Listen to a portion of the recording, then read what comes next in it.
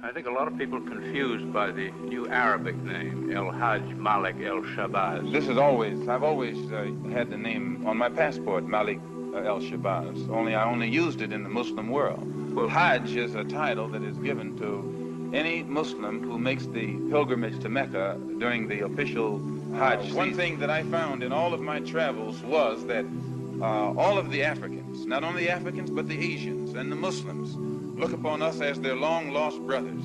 And America had actually tricked many of them into a hands-off policy by giving them the impression that she was honestly trying to do something to solve the problem. My argument over there was designed to prove that it is impossible for the United States government to solve the race problem. It's impossible. Never have I witnessed such sincere hospitality and overwhelming spirit of true brotherhood as it is practiced by the people of all colors and races here in the ancient Holy Land, the home of Abraham, Muhammad, and all the other prophets of the Holy Scriptures.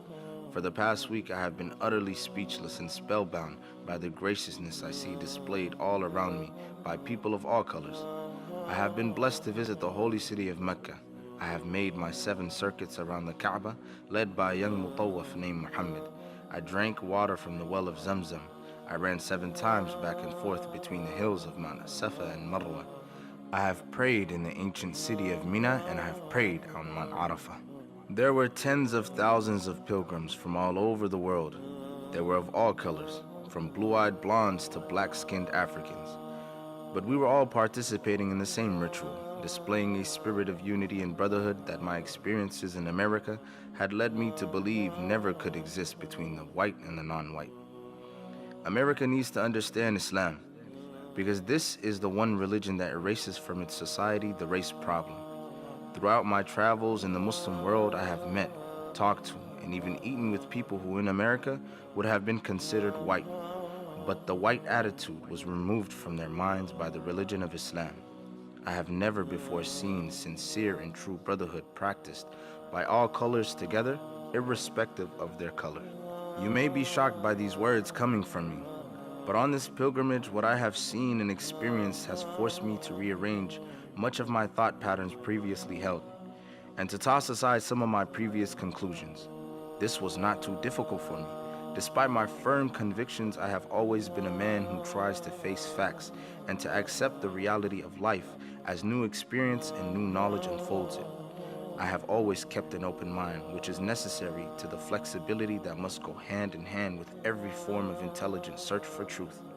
During the past 11 days here in the Muslim world, I have eaten from the same plate, drunk from the same glass, and slept on the same bed or on the same rug, while praying to the same God with fellow Muslims, whose eyes were the bluest of blue, whose hair was the blondest of blonde, and whose skin was the whitest of white.